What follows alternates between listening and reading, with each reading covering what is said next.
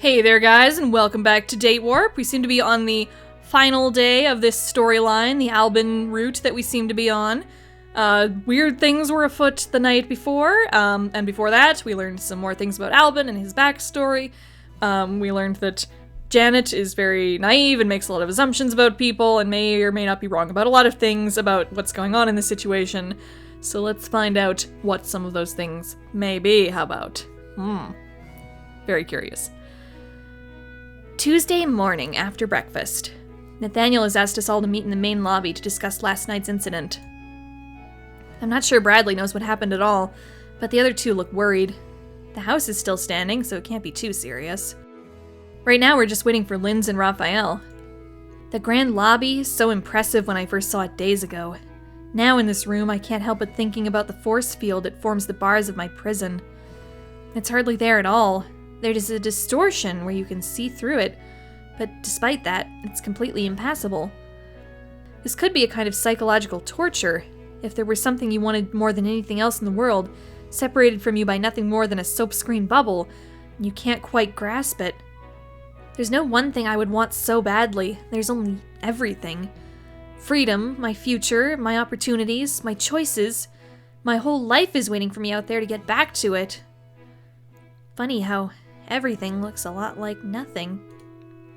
Ah, they're here. Now maybe we'll get some answers. As most of you know, there was some difficulty with the power systems last night. Secondary generators compensated, and there was no data loss. However, it's clear that the power demands are slightly higher than anticipated. It is important that we minimize consumption in order to prevent an overload. Therefore, we must disable the air conditioning and water heater. Wait a second. I thought we were trying to cause an overload in order to shut down the force field. We will be, eventually. Eventually? Please don't get upset. Is there a reason why I shouldn't be upset? Yes, we just couldn't tell you. I was right all along. You have been hiding something from us. Not for the reasons you think. We've kept our secrets to save an innocent life. Huh? Come with us to the basement and you will understand. And if you touch anything, they will suffer quite inventive consequences. I'm sure they understand that. Give Bradley and Janet some credit. It's important we all remain calm. Everyone looks at Bradley, even me. There's nothing I can do now anyway, so if you want to tell us what's going on, be my guest. Then follow me. Together we descend the stairs into the basement. I'm less frightened than I was the last time I was here, but still, I don't know what to expect. What have they been hiding from us all this time? And why now are they willing to show us? It is us that they're showing, Bradley and me. Whatever's down there, everybody else already knew about it. Down and around and around and down. What is this? Oh, there she is. Inside the cavernous, unfinished space of Nathaniel's basement, someone has built a medical laboratory. There are computers and equipment, some that I recognize, some that I don't. And one patient surrounded by tubes and wires, unmoving. We all hang back at the edge of the room, staring. Who is she? My sister. I wondered. Bianca! She's in a coma? Not exactly. Is she alive? At the moment, she is neither alive nor dead, but in a state where she might potentially become either. A situation which will be altered when the procedure is complete. And that's the experiment that's been counting down. This thing you're doing, it finishes tomorrow? That is correct. She looks like a sleeping princess in a fairy tale, the prisoner of a witch's curse, trapped between life and death. What happens then? Her spirit comes back, or is lost forever. Which is why it is imperative that the procedure is not interrupted. If the odds are only 50-50 at best. You've seen what you needed to see, now get out of here. I don't want you hovering over her. Can she hear us? No, she's not there now. I just wanted to wish her well. Bianca will not remember, but we will. Let us go. Quietly, we file out of the experimental chamber, up the stairs, and back to the mansion proper. Nathaniel leads us to the sitting room and gestures for everyone to make themselves comfortable in the chairs and sofa. He remains standing, his fingertips lingering over the curves of the candlesticks atop the fireplace. The sunlight through the windows should be a pleasant relief from the unnatural environment of the laboratory below, but even here, if you look closely enough, you can see the patterns of the force field crawling against the glass, across the glass. Why the force fields, then? Is that part of your experiment? I am not entirely certain how they came about. There does seem to be some sort of feedback problem leaking into the electrical system, but it was not intentional. But we can't shut down and debug it at the moment. No, of course not. You could have told us from the beginning. What possible reason would there have been to trust you? Why would we have wanted to hurt your sister? Alben scoffs. I don't know about your universe, but here that sort of experiment happens to be illegal. Not to mention potentially lucrative, if information came from the right hand.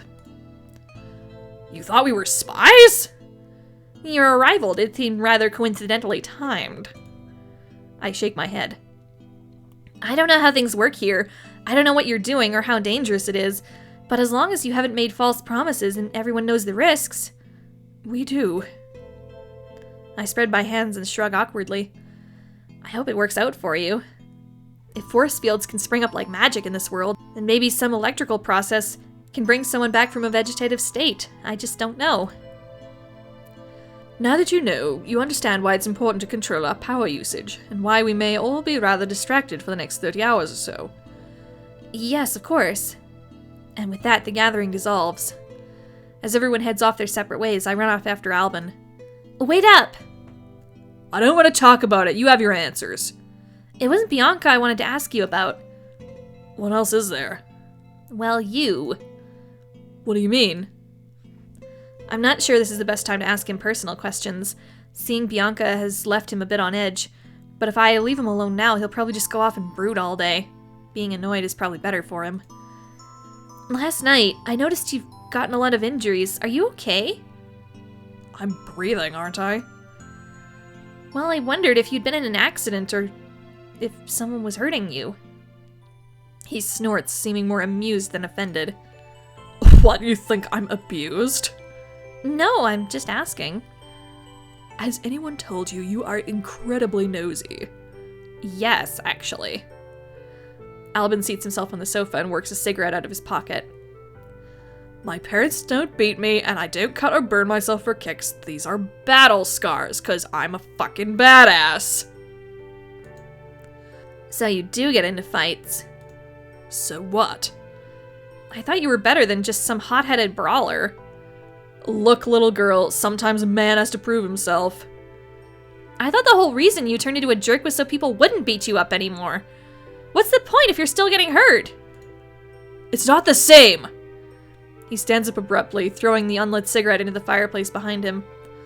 When somebody pushes, you push back. I thought you understood that. You have to show that you're not afraid, that you're willing to stand and fight and take your blows. Then people respect you. If you can't do that, you're just a victim. You're helpless unless somebody else fights for you. Like I did for Bianca. Why did you have to fight for Bianca? If I hadn't, she'd be dead now. You mean she's down there like that because someone attacked her? No. Bianca was living here with Nathaniel. He wanted to marry her. She wasn't so sure. But they got along well, and he offered her everything she could want. And then one day she just collapsed. No warning. Something in her brain, I don't know. Butler rushed her to the hospital, but the doctors said there was nothing they could do. And Nathaniel just stood there like a sop and accepted it. Well, I wouldn't. Linz has a reputation on the street for doing the impossible, damn the law, and Nathaniel could afford the cost. So you fought for them to try to save her. I always have. Even in high school, when people said things about her, I'd fight them. What things did they say about her? She didn't always pick her boyfriends wisely. Boyfriends? How many were there? That is none of your business. I guess Bianca wasn't a completely perfect angel. Alben certainly wasn't an all-devil either.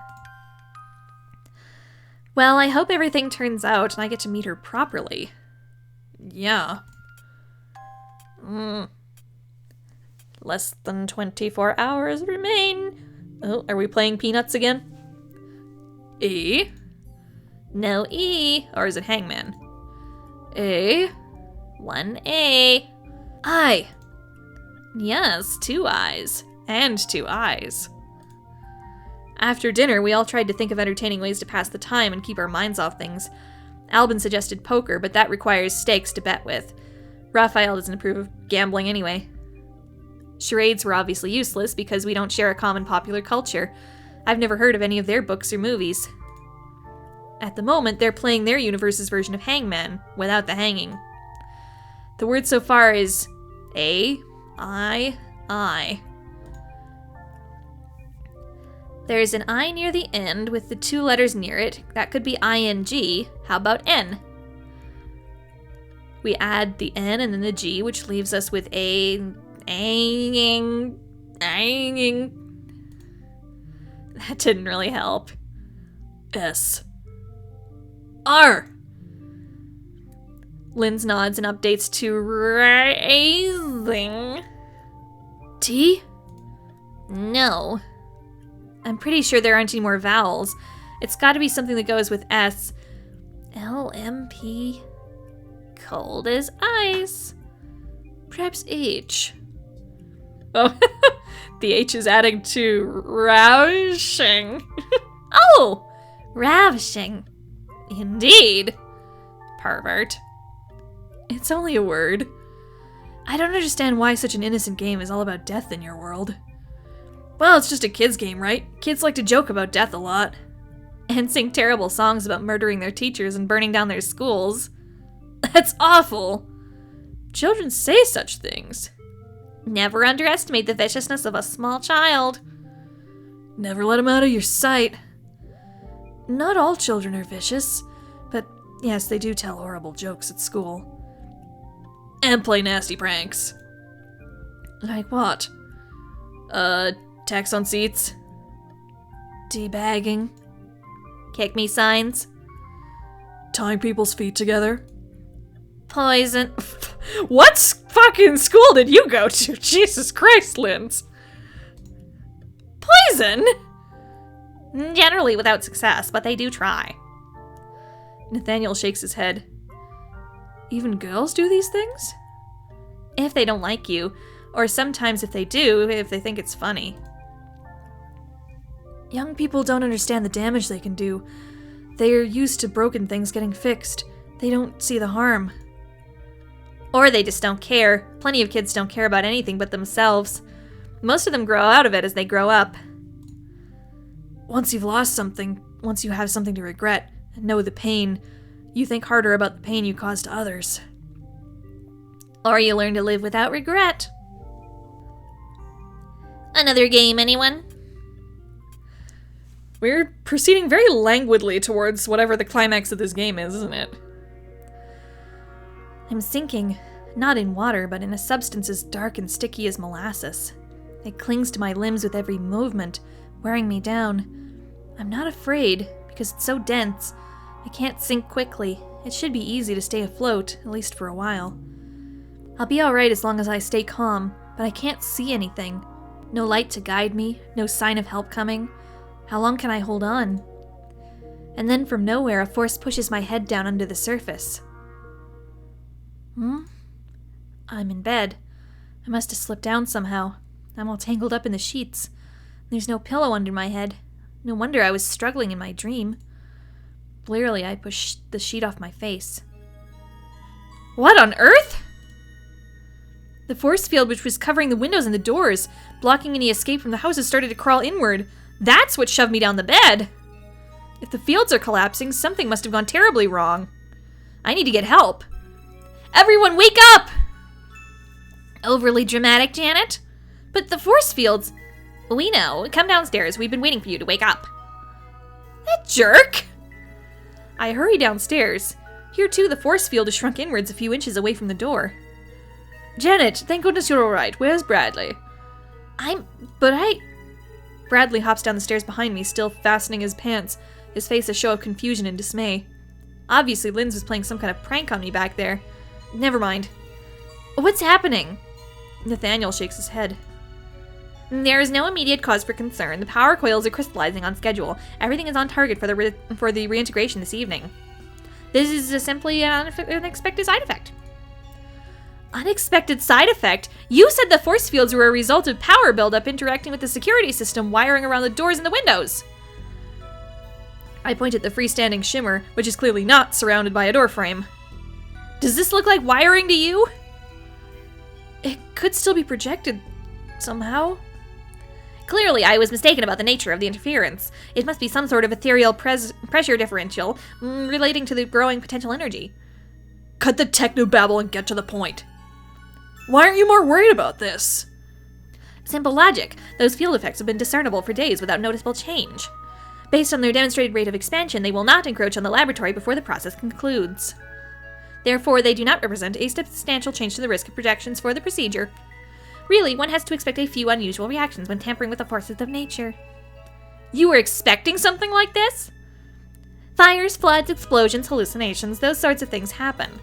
Ooh, mentioning hallucinations, I wonder if something unreal has happened. I wonder if these dreams have just been dreams or not.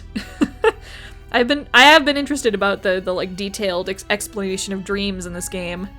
It seems like it's there for a reason. I don't like the sound of this. No one asked you to come here. We all chose to take the risk for Bianca's sake. If I could send the two of you to safety, I would. But there's no way to escape without killing Bianca. As I said, the risk parameters have not substantially changed. You can all go about your daily business. I will keep an eye on the lab. God will watch over us. But with the burning, twisting light of the force fields pressing in around us, how are we supposed to relax for the day? I don't know. Maybe, I don't know, go for a walk, read a book, walk the invisible dog, I don't know. With nothing to do but wait and hope and worry, everyone is broken up to pass the time in their own ways. I'm not sure where all of them have gone. Linz is probably in the lab, Raphael might be with him, or maybe not. I have no idea about Bradley and Nathaniel. I think I know where Alben might be. Hi.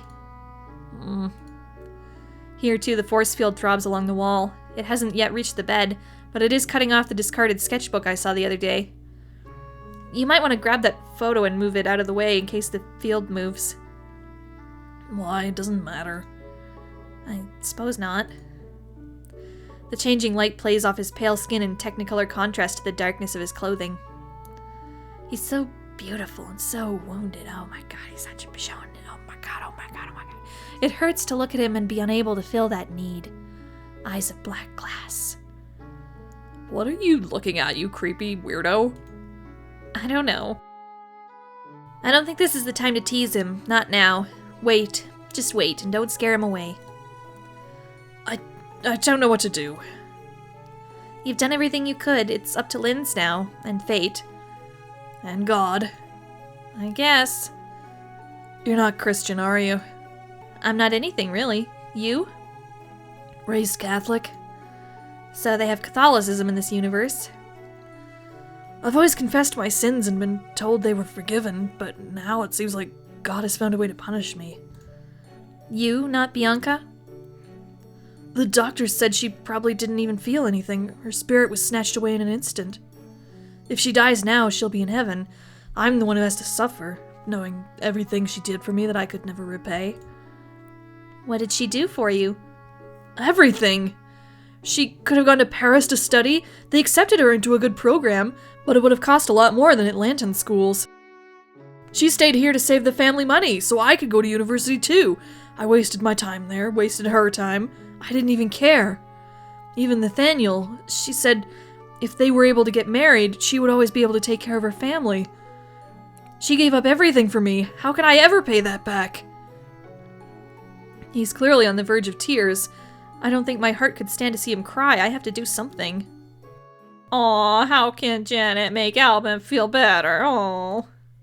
Whoopee.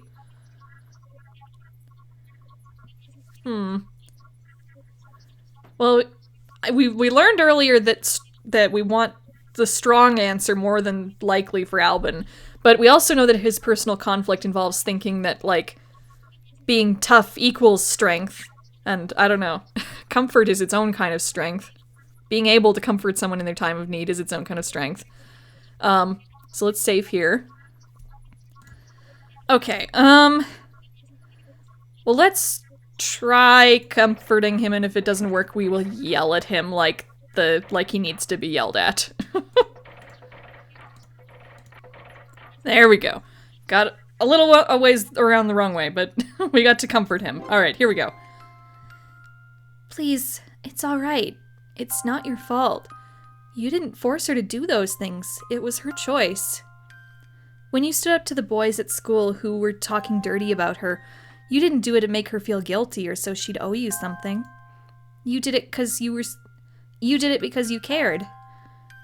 Maybe I just like fighting. Your motives aren't always perfect. So what? You're human. So's your sister. She's not a saint. I'm sure she had many reasons for her choices. I don't think Bianca would want you to feel sad or guilty. She's your twin sister. Do you really think she wouldn't forgive you? No matter what happens, she knows you love her, even if she dies. Don't say that! Don't try to make me accept this. You sound like those doctors. I don't care what the bleeping boxes say. She's not dead. I didn't say she was. But you know Linz's science is crazy, and we don't have any idea if it's safe or if it'll work or if it doesn't. Shut up, Janet! Whatever happens, you need to know that she loved you, and I said be quiet! Don't shut me out. I care about you too. Maybe I don't. Just go away. I'm not leaving you. Not this time. I'll throw you out if I have to. Then I'll stand outside the door and I still won't leave. Taking a gulp of breath, I reach out to touch his hand. You push people away too much. You don't want them to see what you're feeling. But you don't have to look strong all the time. You want me to cry on you or something? I don't want you to cry at all. But if you needed to, I'd rather be with you. I look down at our hands together. His fingers are longer than mine and so delicate. Ever since I first saw you, I've wanted, I don't know, to connect with you. You looked so alone here, like me. I've always been an outsider, the nerd nobody liked. My schoolmates hated me, so I learned to act like I didn't care what they thought. It didn't matter because I was smarter and better than them, and I was going to show them all how wrong they'd been. But without friends, without clubs and activities and honor societies, the good schools wouldn't take me. I disappointed my family and myself. And I realized that I did care what the other girls thought, or I wouldn't have wanted to so badly to show them up. I wanted them to respect me. Now I'm lost in another universe and I've got nothing left. Not my family, not even my enemies. And it hurts and it's scary and... I pinch my lips together and blink rapidly, holding back the tears. Hey, it's okay. He squeezes my hand. I won't leave you. I know. And you? Will you stay with me? I'll try. Oh my god! It's happening! Oh my god! Ah! All the romance and all the plot stuff. Now what's gonna happen? All in a bunch, we pelt down the stairs, clawing at the rails to keep from falling. Linz, the force field is collapsing! Janet, be careful! He catches my elbow as I stumble. We need to get inside. Alben pulls the door open and holds it so that everyone else can crowd into the laboratory. Power levels are still increasing. The force fields are speeding up out there. We'll be crushed. Perhaps I should recalculate my risk parameters. Can you do it or can't you? With such a powerful reaction, it's clear that something will happen when we engage the plasmonic conduit. There's a substantial chance it will kill us all. His hand hovers over a series of controls. The beta connector's blown loose again. Raphael, reconnect that! Yes, sir. 3 minutes and counting, but the levels are high enough that we could engage now if necessary, if the fields keep coming. I swallow hard. This is it then. Wait! He crosses the laboratory to stand beside his sister, his pale hands covering hers. You never got to meet her. I'm so sorry. But Bianca never would have wanted all of us to lose our lives for a breath of a chance to save her. He bends to press a kiss to her snow-white forehead. I love you, little sister. Now shut this thing down. Nathaniel. He's right. If you can stop this safely, then do it. Executing shutdown sequence. The experiment was cancelled. The power lights dimmed, and then returned to normal.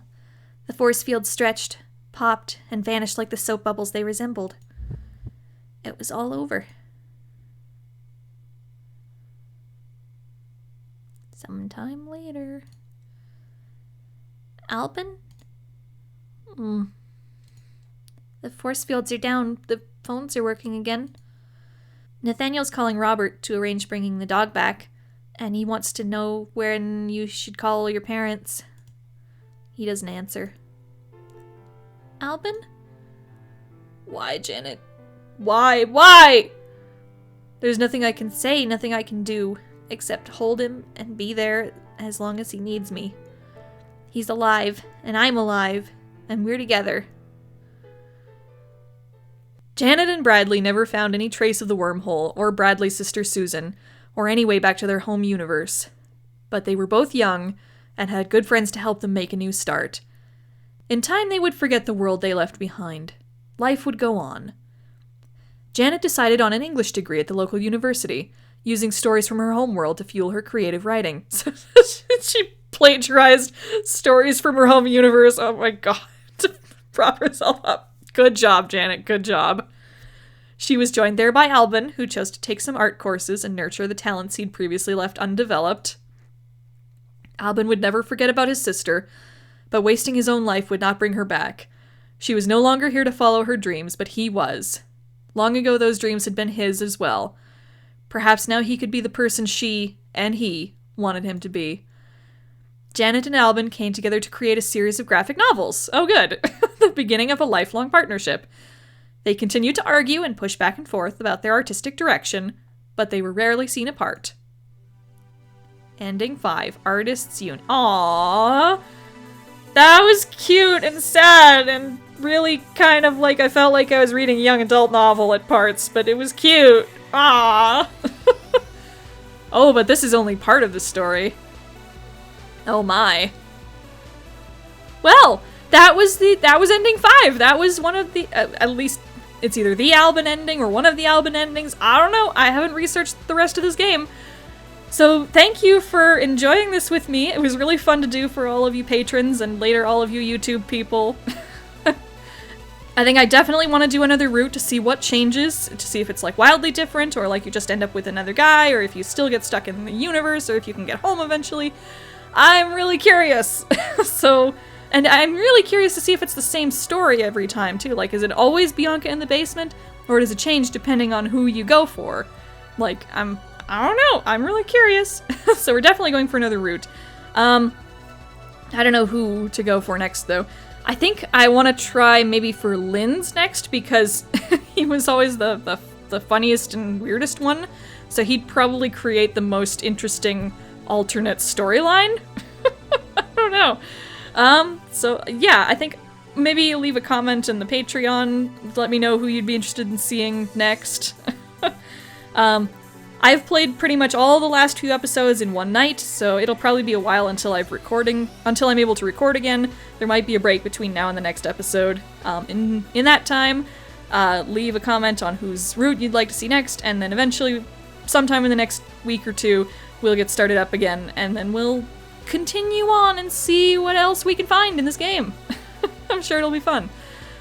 Alrighty, I will see you guys then when we start the next route. And next time we probably will skip through a lot of the dialogue as well if we've heard it before, so expect us to get through the next couple routes maybe a little faster than last time. Okay, see you guys then.